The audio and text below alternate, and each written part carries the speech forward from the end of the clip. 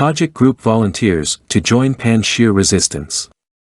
High-level officials in the previous government, including Vice President Amrullah Saleh and Defense Minister Bismillah Khan, have taken refuge in Panjshir, pledging to continue the fight against the Taliban from its sanctuary. In southern Tajikistan, hundreds of ethnic Tajiks have volunteered to join the anti-Taliban coalition forming in Afghanistan's Panjshir Valley. A group of more than 1,800 Tajiks in the southern city of Kulob has volunteered to provide support for the United Resistance Front of Afghanistan, colloquially known as the Panjshir Resistance, in its fight against the Taliban, according to a report by Radio Free Europe/Radio Liberty. The group petitioned the country's president, Emomali Rahmon, for permission to travel south and join the fight. The Panjshir Resistance has maintained control of the valley, making it the only province which has not been taken over by the Taliban.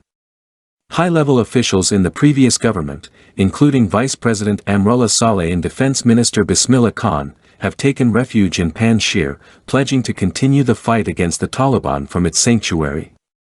Thousands of soldiers from the defunct Afghan National Army have made the same pledge. The valley's population is predominantly Tajik, while the Taliban are mostly ethnic Pashtuns from the country's south. While early fighting has taken place between the Taliban and the Panjshir rebels, including skirmishes over the past week that have resulted in hundreds of fatalities, the Taliban have not yet made a serious attempt to capture the province, and some roads to the rest of the country remain open.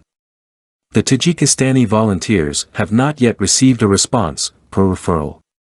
They are almost certain not to gain the approval of Rahmon, as traveling abroad to participate in an armed conflict remains highly illegal under Tajikistani law. However, although the volunteers will not be allowed into Afghanistan, the government of Tajikistan is skeptical of relations with the Taliban, declaring that it would not recognize a Taliban-only government in Afghanistan. Rahmon made this position clear during a meeting with Pakistani Foreign Minister Shah Mahmood Qureshi on August 25.